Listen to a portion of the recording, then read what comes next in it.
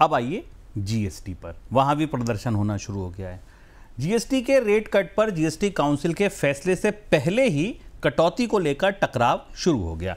केंद्र में विपक्षी दलों के शासन वाले राज्यों ने शुक्रवार को कटौती को लेकर कहा है कि इससे 1.5 से 2 लाख करोड़ रुपए के राजस्व का नुकसान होगा। ऐसे में राज्यों को होने वाले नुकसान की भरपाई क्या केंद्र करेगा? केंद्र को करनी होगी।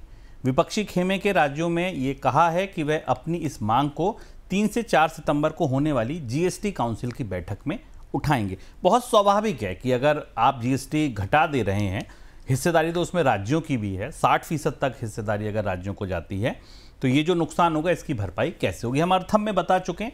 अर्थम का लिंक इस डिस्क्रिप्शन बॉक्स में भी हमने डाल दिया है, अगर आप देखना चाहें तो विस्तार से समझ लीजिए। लेकिन सर, अब यहां से आगे की स्थिति क्या बनती दिख रही है? शुभम, इस बात की पूरी संभावना थी। अर्थम में हमने विस्तार से पूरी मैट्रिक्स बताई है कि राज्यों को कितना पैसा देना होगा, क्या जरूरत होगी। जो बात हमने इससे पहले भी चर्चा में बोनस पॉइंट में कही थी कि सरकार के पास ये प्रपोजल तो 2021 से मौजूद है, बल्कि अगर आप वित्त आयोग की सिफारिश माने तो उससे पहले से 15वां वित्त आयोग की सिफारिश से माने तो सरकार के पास स्लैब रिस्ट्रक्चर करने का, 2 स्लैब की व्यवस्था लाने का, ये सारा प्रस्ताव तो सरकार के पास 4 साल से मौजूद है। जो नहीं है वो था कि राज्यों को नुकसान की भरपाई कैसे की जाएगी। चूंकि नुकसान का एक बेल आउट पैकेज खत्म हो चुका था जो जीएसटी में लाने के लिए राज्यों को दिया गया था, और उसके बाद जीएसटी काउंसिल कभी भी इस रेट कट पर चर्चा की हिम्मत नहीं जुटा सकी, क्योंकि उसे राज्यों के सामने ये प्रस्ताव रखना होगा कि जो नुकसान हो रहा है उसके लिए कंपेंसेशन पैकेज है।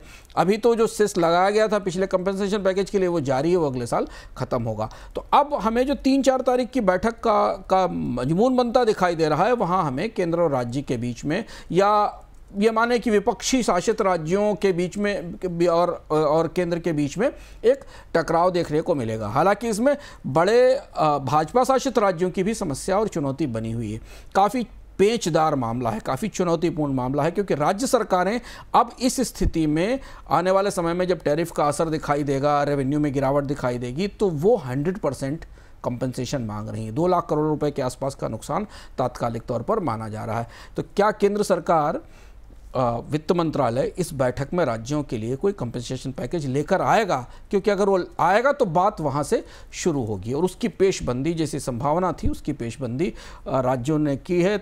हिमाचल, झारखंड, कर्नाटक, केरला, पंजाब, तमिलनाडु, तेलंगाना और पश्चिम बंगाल के राज्यों के वित्त मंत्रियों ने आज मुलाकात की है, और इसलिए अब 3-4 तारीख की बैठक जीएसटी में कटौती के बजाय पहले इन राज्यों को सहमत कराने पर केंद्रित होगी, ऐसा लग रहा है। मार्च तिमाही में सुस्ती के बाद जून तिमाही के दौरान अमेरिका की जीडीपी ग्रोथ में बढ़ोतरी दर्ज की गई है। आधिकारिक आंकड़ों के मुताबिक जून तिमाही में ग्रोथ 3.3% रही है। इससे पहले मार्च तिमाही में ग्रोथ सिर्फ 0.5% थी।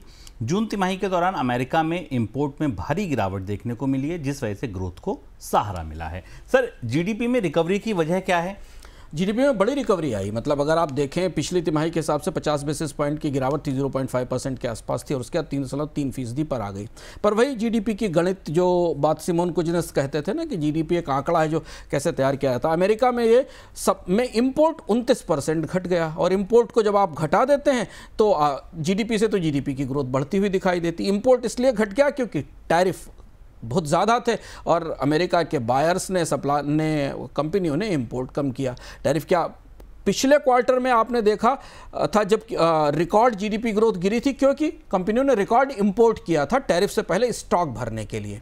जो टैरिफ आने वाले थे तो उन्होंने स्टॉक की इन्वेंट्री तैयार की थी। इस तिमाही में कंपनियों ने आयात कम कर दिया, और जीडीपी करीब 3.3% बढ़ गया।